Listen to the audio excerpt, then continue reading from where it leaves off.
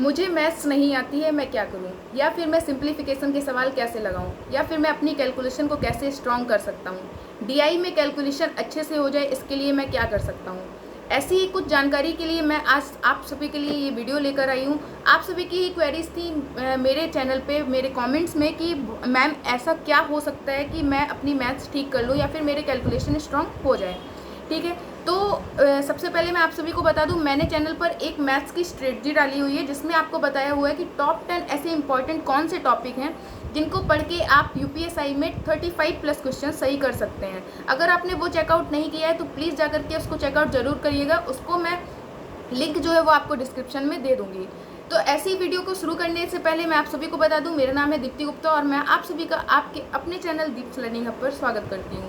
आज की वीडियो में ये सारी क्वेरीज ख़त्म कर दूंगी और आप सभी को बताऊंगी कि ऐसे कौन से इंपॉर्टेंट पॉइंट्स हैं जिनको ध्यान में रख के आप अपनी कैलकुलेशन को 50% तक इम्प्रूव कर सकते हैं। जिसको भी ये चीज़ें नहीं आती हैं वो वीडियो को कंटिन्यू कर सकता है, और जिसको भी ये चीज़ें आती हैं वो चैनल को सब्सक्राइब करके बेल आइकन ऑन करे और जा सकता है। ठीक है, तो फाइनली मजाक कर रही थी। वैसे आप सभी अगर कुछ सुनेंगे तो आई होप आप सभी को कुछ अच्छा ही सीखने को मिलेगा। ठीक है, ऐसी मैं उम्मीद करती हूँ। तो शुरू करते हैं आज की वीडियो। सबसे पहला पॉइंट जो है आपका, वो आपको क्या करना है, स्क्वायर्स आपको याद करने हैं मिनिमम 1 से 30 तक।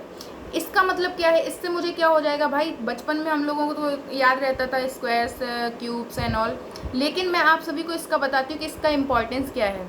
देखिए गाइस, अगर कोई भी कैलकुलेशन का टॉपिक आता है या फिर कोई भी मान लो सिंप्लीफिकेशन का आप सवाल लगा रहे हैं या फिर डीआई लगा रहे हैं, जहाँ भी आपको इस चीज़ की ज़रूरत पड़ती है तो वहाँ आप क्या करने बैठते हैं, सबसे पहले आप क्या करते हैं, मान लो गुणा करने बैठ जाते हैं। 25 गुणा 25 कितना होता है, ठीक है। फिर आप 5 गुणा 5 करेंगे, 5 25, 2 करेंगे, 5 दूनी 10, 2 12 करेंगे, इस तरीके से करते हैं। इसमें आपका टाइम वेस्ट होता है, ठीक है। लेकिन जिसे पता है 25 गुणा 25 625 होता है, वो 2 मिनट भी नहीं सोचेगा, 1 सेकेंड भी नहीं सोचेगा इनफैक्ट, और सवाल को लगा देगा। ठीक है, तो आप उससे पीछे रह जाएंगे कि नहीं रह जाएंगे। तो ये इंपॉर्टेंट चीज़ होती है कि आपको जब स्क्वायर्स ऑन फिंगर्स रटे होते हैं तो आप 1 सेकेंड में उसका आंसर दे देते हैं। ठीक है, तो इतनी सी बात थी। आपको सबसे पहले स्क्वायर्स याद करने हैं मिनिमम 1 से 30 तक। अगर इससे ज़्यादा आप याद कर सकते हैं या इससे ज़्यादा आपको याद है तो ये आपके लिए बहुत अच्छी बात है। ठीक है, तो सेकेंड पॉइंट हम लोग डिस्कस करेंगे। सेकेंड पॉइंट में है आपके पास क्या, सेकेंड पॉइंट में आपको ध्यान में रखना है क्यूब्स के बारे में। आपको क्या करना है, आपको क्यूब्स याद करने हैं मिनिमम 1 से 20 तक। ऑन फिंगर्स आपको रटे होने चाहिए कि भाई अगर कोई आपसे नींद में भी पूछ देना 17 का क्यूब क्या होता है तो आपको बताना पड़ेगा। ठीक है, बताना पड़ेगा इन द सेंस आपको याद होना चाहिए। आपको अगर याद होगा ये आपके लिए ही फ़ायदा रहेगा। ठीक है, आप उन सारी चीज़ों को जल्दी से कर लेंगे जो अदर बच्चे गुणा करके निकालेंगे। ठीक है, आई होप आपको इतनी बात क्लियर हो गई होगी। बात कर लेते हैं थर्ड पॉइंट की। थर्ड पॉइंट में है आपका टेबल। अब भाई बहुत सारे लोग कहेंगे कि टेबल क्यों याद करूं मैम, ये तो बचपन की चीज़ है ना, सर मार मार के सिखवाते थे कि भाई टेबल तुमको याद है, 20 का टेबल याद है, 17 का टेबल याद है कि नहीं है। तो गाइज मैं आप सभी को बता दूं, इन सब चीज़ों का बहुत बड़ा रोल रहता है मैथ्स में। ठीक है, जब आपको ये सब चीज़ें ऑन फिंगर याद रहती है ना तो आप अपनी टाइम कंज्यूमिंग को, जो भी है आपका, मान लो किसी सवाल में अगर आप 2 मिनट दे रहे हैं तो आप उसको 1 मिनट में सॉल्व कर सकते हैं। यानी कि आप अपनी कैलकुलेशन स्पीड को 50% तक इम्प्रूव कर सकते हैं। और ये छोटी बात नहीं है, क्योंकि एग्जाम में क्या होता है, सबसे ज़्यादा टाइम की कमी होती है। बहुत सारे लोग होते हैं जिनके क्वेश्चन छूट जाते हैं, तो उन सभी को इन सब बातों का बहुत खास ध्यान रखना चाहिए। ठीक है, तो टेबल आपको मिनिमम 1 से 30 तक याद होनी चाहिए।